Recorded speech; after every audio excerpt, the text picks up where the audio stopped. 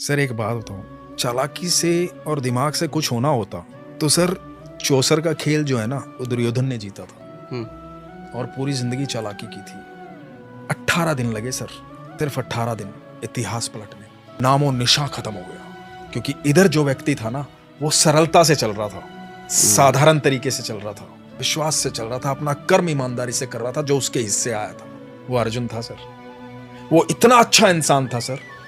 आप देखो भगवान ने बहुत कुछ सिखाया सर। आप देखो मैं हर चीज को जोड़ के देखता हूँ। वो 125 साल जो ठाकुर जी रहे हैं ना धरती पर, वो 125 साल बहुत महत्वपूर्ण है सर।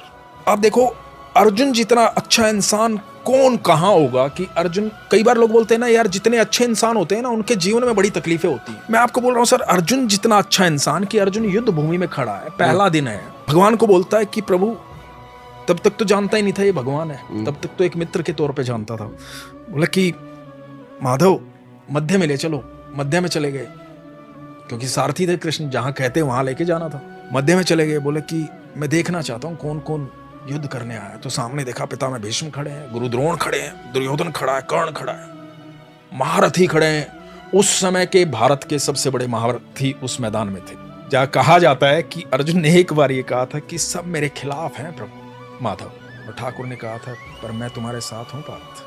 तो ये चाहे दुनिया पूरी खिलाफ हो, पार्थ के साथ कृष्ण थे। तो अब ये देखो कि अर्जुन क्या कह रहा है, बड़ी महत्वपूर्ण बात। अर्जुन कह रहा है कि माधव वापस चलो, मुझे युद्ध नहीं करना। जिस आदमी को जिंदगी भर त्रास दिया गया, जिंदगी भर तकलीफें दी गई, एक राजा का बेटा होते हुए जिंदगी भर जंगलों में अपनी माँ के साथ, अपनी पत्नी के साथ भटका है, वो बार बार अपमानित किया गया, जिसकी पत्नी को भरी सभा के अंदर चीर हरण करने का प्रयास किया गया।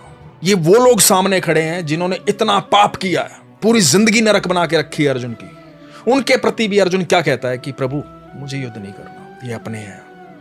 इनको मारने के बाद यदि तीनों लोगों का साम्राज्य भी मुझे मिल गया तो कोई फायदा नहीं है प्रभु, वापस चलो। सर जिस दिन आप इतने सरल हो जाओगे ना, उस दिन आपका रथ श्री कृष्ण हाकेंगे।